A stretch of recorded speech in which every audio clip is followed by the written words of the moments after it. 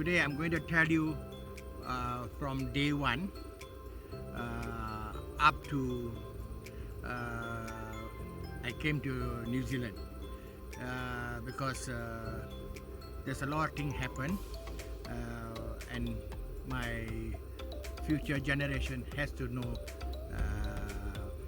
how granddad came to New Zealand and successful, which I am now, and also people, some people who are also trying to go overseas. Maybe it will be helpful. I don't know, which I'm going to put it into the YouTube with some sceneries of Queenstown. So I come from Malaysia. Pahang is a state, and a small town called Raup, and I stay in a village called Simpalit New Village. It's a small place where quite famous for, they call it curry ayam, but spicy. It's a curry, Indian curry. There are a lot of chicken curries and all that, which is very famous. So, and then I was born in Raup, and then I moved to Kuala Lumpur in the city. I stayed there. Everything went very well. All went very well. Nothing to complain. And I got married, and everything was good. And then when I was staying in Kuala Lumpur, and then we have two children, which is Sunita and Labita. All okay. So they all went up and everything good, and I was doing very well. I was doing business. I was working for people, and then I did business. Everything was good. So one day, everything went wrong. I don't know why, but everything went wrong.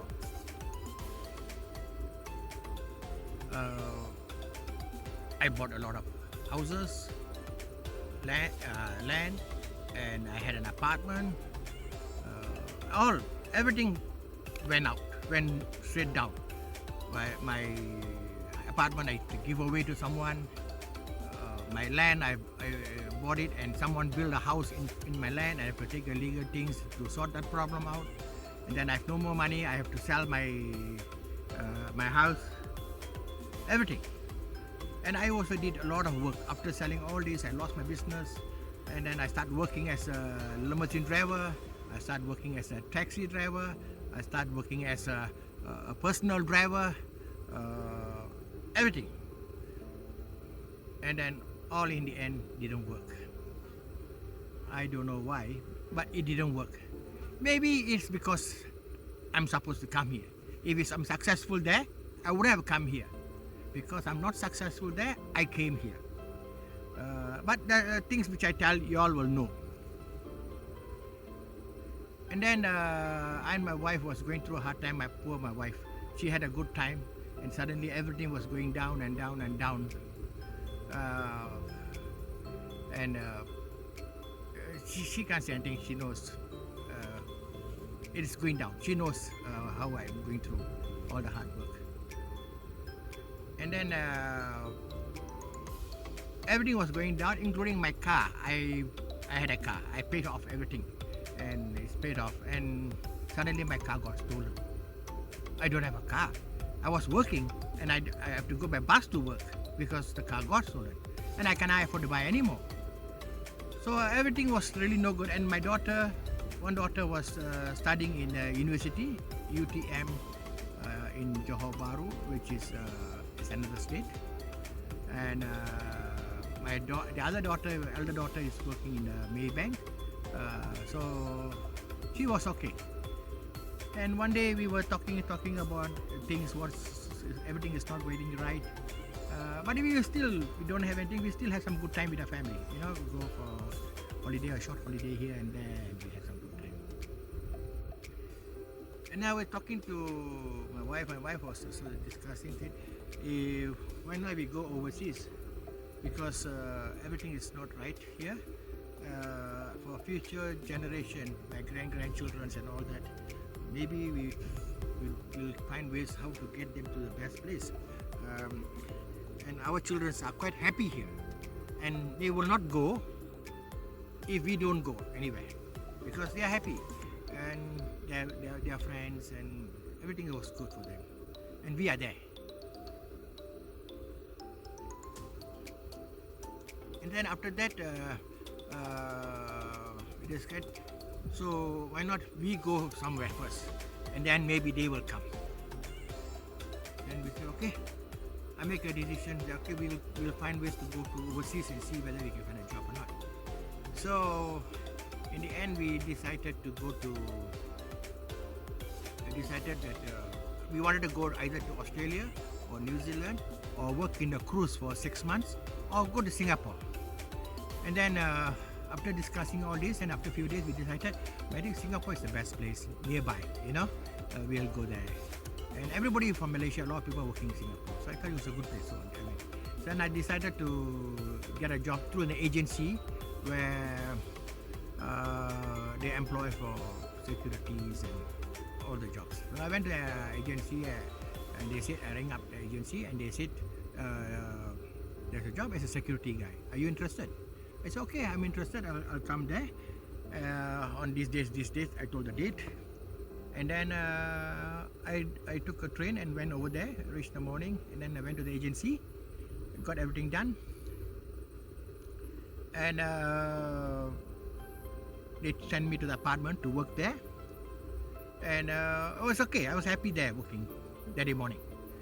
But that night, because I didn't arrange for any lodging to stay somewhere. I didn't get any houses or hotel or anything. I didn't do. And then I don't know where to stay.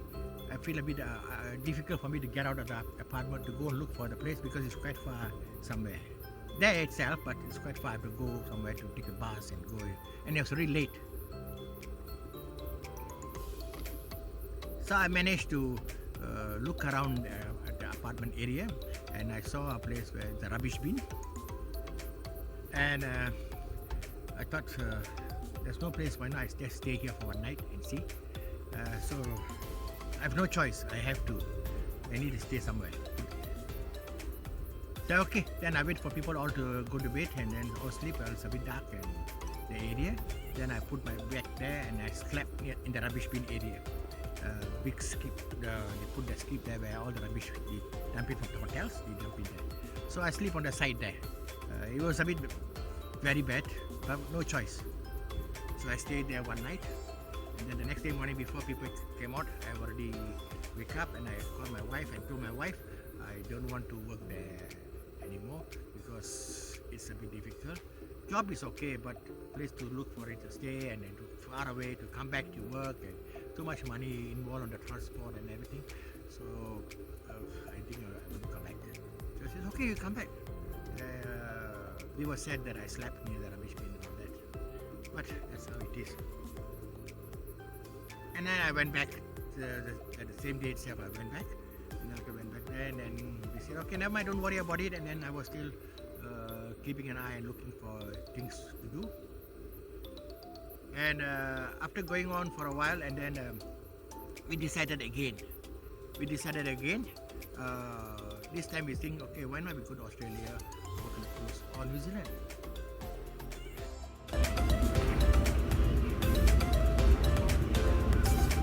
Hello everyone, how are you? My name is Karu. Karu Kupusami. I've told you in all the other videos. Today I've taken a video about Town, New Zealand, Queenstown, Town, which is an historical place in Queenstown. I will show you after this, after I've discussed with you. Thank you.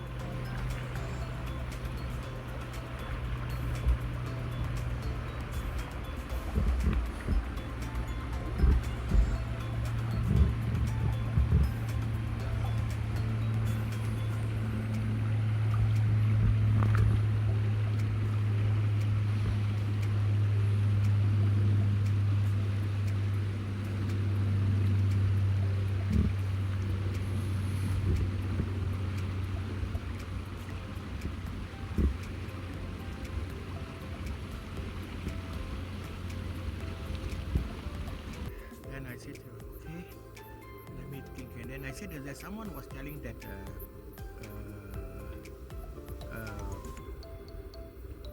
there's an agency in Kuala Lumpur that they're employing people for fruit picking, and then there's good money there and all that. So there's a job, and you can go there. I said, why not? Yes, we go and see. So we were both of us and my wife went there and talked to them, and they said, yeah, there is a job here in fruit picking, and if you're interested, you let us know. You sign these documents, you pay the fees, we'll give you all the information, and you go and do it. I said, okay. So it's all good, and then I paid the fees, and then after that I agreed, and but the contract is signed that there is a job here, nothing else, the fees. Because if I don't go, the money is burned, the fees money is burned, but anything else. And I said okay, and then after that I went back to my wife and told my wife we have no money, so how we are going to go? It's going to cost a lot of money, and I'm going to be there, and if I don't have anything, it's going to be very difficult. So she was a bit thinking, and then she said, don't worry, we have the jewelry I bought for her before when I was doing well. There's only one left, and you know, jewelries, we Indians always like to buy gold jewelries because in emergency it will be helpful. But that is the truth. It is really the truth, because I had a lot of shares, all burned. Every share's gone. So that was all papers, and and it's burned. So like this one is really gold, really useful, and it really helps. And she said, you're going to sell it, you go and see how much you get, and then you go and see if it's all okay, good. If no, take it as a holiday and come back. And then I said, okay, that's a very good idea, but it's sad to sell her jewelry because it's all love and buy, and then for her to give, she must have the heart, you see, and she had really hard because husband, we need to survive somewhere, and we don't go, the children won't go, and their future we don't know exactly how. We just don't know how their future is, you see. So I thought I have to go, whether I like it or not. And that time I was 49 years old, at 49, in 2002. And so we decided, and then from there we talked to all the families and relatives and all that, and all of them were not happy because they think that another 6 more years I might retire, because it's 49 to 55 they retire there. So 6 more years to retire. Why you want to go to Australia or New Zealand and suffer and come back? And you really don't need. I say no, I have to go. But they don't understand because their children are all here, everything is here. They don't think different. I think different, and my wife think different. And we did it. So we did, and then we think, and then it's okay, don't worry. And then after that, we managed to get a ticket, and I will continue with the next video on after the discussion of I and my wife of if I'm leaving to New Zealand. Thank you. With the next video, and some sceneries I'll show you, because otherwise I'll be talking too much. There's a lot of stories here.